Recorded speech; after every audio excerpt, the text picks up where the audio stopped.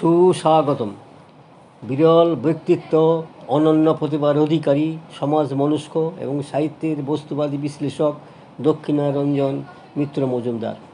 এই অনন্য প্রতিভার অধিকারী সাহিত্যের বস্তুবাদী বিশ্লেষক দক্ষিণারঞ্জন মজুমদারকে নিয়ে ইউটিউবের সাহিত্যের নবদিগন্ত চ্যানেলে আজকের ভিডিওটি হলো সাহিত্যের বস্তুবাদী বিশ্লেষক দক্ষিণারঞ্জন মিত্র মজুমদার। গ্রন্থনায় রবীন্দ্র কুমার চক্রবর্তী। 1284 বঙ্গাব্দে 2রা বৈশাখ বর্তমান বাংলাদেশের ঢাকা জেলার সাভারের কাছে উনাইল গ্রামে প্রাচীন মিত্র মজুমদার বংশে রূপকথার অপ্রতিদ্বন্দ্বী লেখক দক্ষিণারঞ্জন জন্মগ্রহণ করেন। পিতা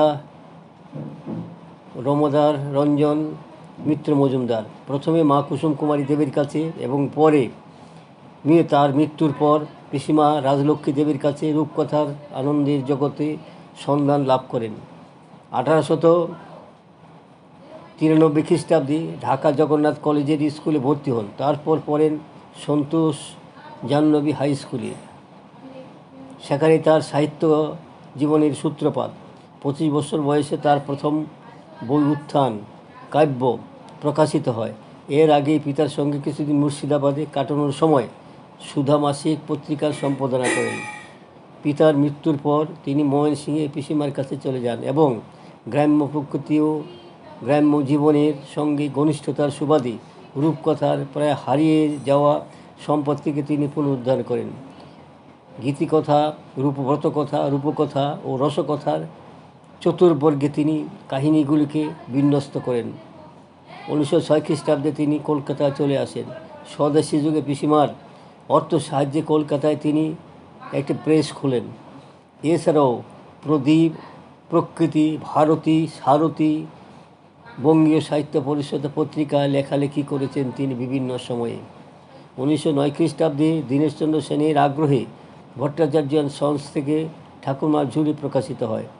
দীনেশচন্দ্রের কাছে রবীন্দ্রনাথ দক্ষিণারঞ্জনের কথা শোনেন এবং ঠাকুমার ঝুলি গ্রন্থের ভূমিকা রচনা করেন।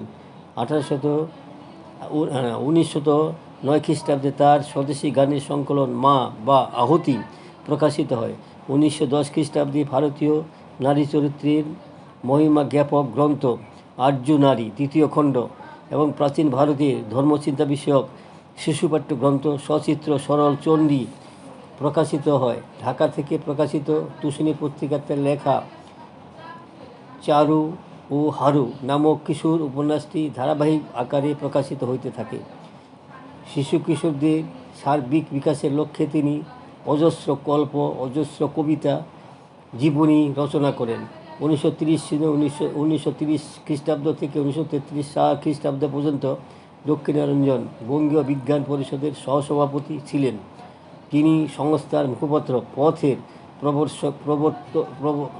প্রদর্শক সম্পাদকও ছিলেন। এই কাজে তার বিজ্ঞান চেতনার সুস্পষ্ট প্রতিফলন লক্ষ্য করা যায়। এছাড়া বঙ্গীয় বিজ্ঞান পরিষদের বৈজ্ঞানিক পরিভাষা সমিতির কার্যকারী সভাপতি ও পরিভাষা রচয়িতার দায়িত্বে তিনি পালন করেন। ঢাকা বান্ধব সমাজ তাকে কাব্যরত্ন উপাধিতে ভূষিত করেন। তিনি কলকাতা সাহিত্য সম্মেলনে বাণীরঞ্জন উপাধি লাভ করেন। শিশু সাহিত্য পরিষদের ভুবনেশ্বরী পদক তিনি লাভ করেন। লোক সংস্কৃতি পরিষদ, সব পেয়েছির আসর, নন্দন, সাহিত্যতীর্থ প্রভৃতি সংস্থা তাকে সম্মানিত করে বিভিন্ন সময়ে। 1363 বঙ্গাব্দে 16 চৈত্র তার জীবনাশ্রম হয়, অর্থাৎ 1957 খ্রিস্টাব্দে। তার লেখা সংকলিত প্রকাশিত গ্রন্থরাজির মধ্যে রয়েছে ঠাকুরমার ঝুলি, উত্থান, মা ও আহুতি, ঠাকুরদার ঝুলি, আর্য নারী, দাদা চারু ও ছাড়ু, দাদা মহেশের থলে, খোকা কুকুর খেলা, আমার বই, সরল চন্দ্রী, পূজার কথা, ফার্স্ট বয়, উৎপল ও রবি,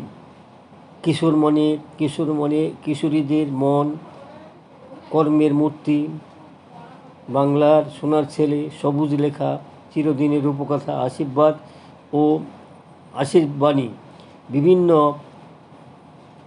তিনি কবিতা ও সাহিত্যে তার উল্লেখযোগ্য উ- লক্ষ্য লক্ষ্য করা যায়।